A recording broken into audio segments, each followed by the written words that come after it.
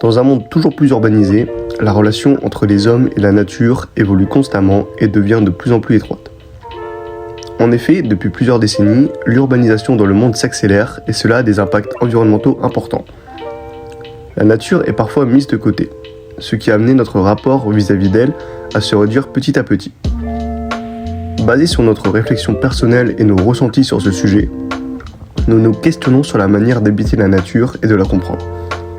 Ici, nous allons essayer de comprendre si nous avons besoin de comprendre la nature pour l'habiter. Pour répondre à notre question, nous avons abordé le sujet à différentes échelles.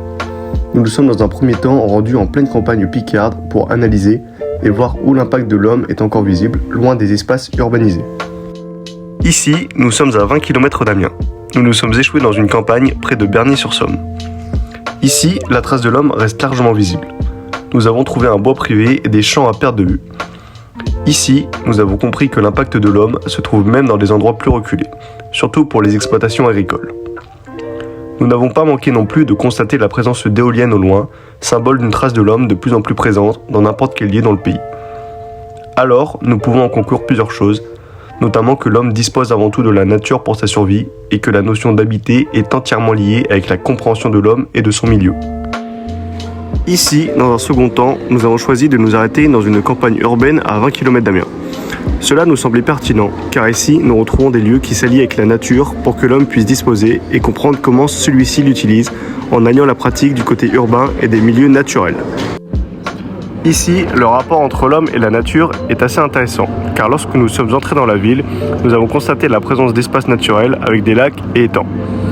Ici, ces lacs servent de lieu d'activité de pêche, ce qui permet de nous en dire plus sur le lien qui unit l'homme et la nature. En avançant de quelques mètres dans la ville, on se retrouve face à un nouveau lieu qui mêle nature et urbanité. Nous retrouvons ici un grand parc naturel avec des activités typiques d'extérieur.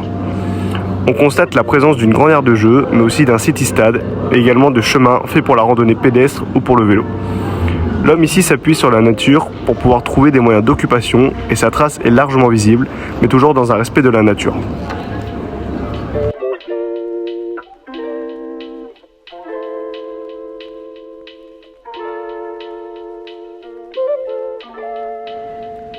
Plus nous nous sommes avancés dans le centre-ville, plus la présence de végétation était absente.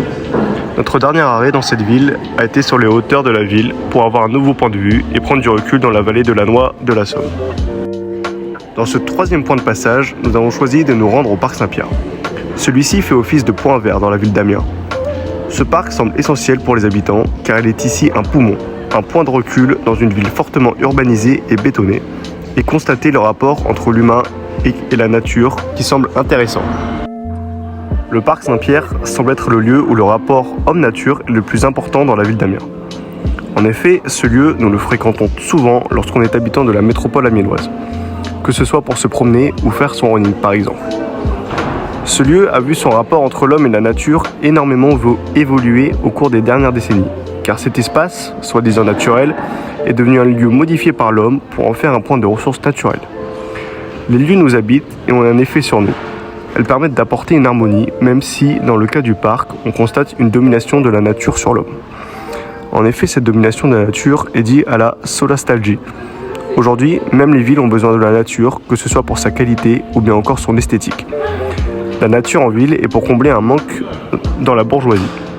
Le parc Saint-Pierre est avant tout un quartier urbain, sans logement, fabriqué comme un quartier urbain au service de ces quartiers pensés pour la bourgeoisie.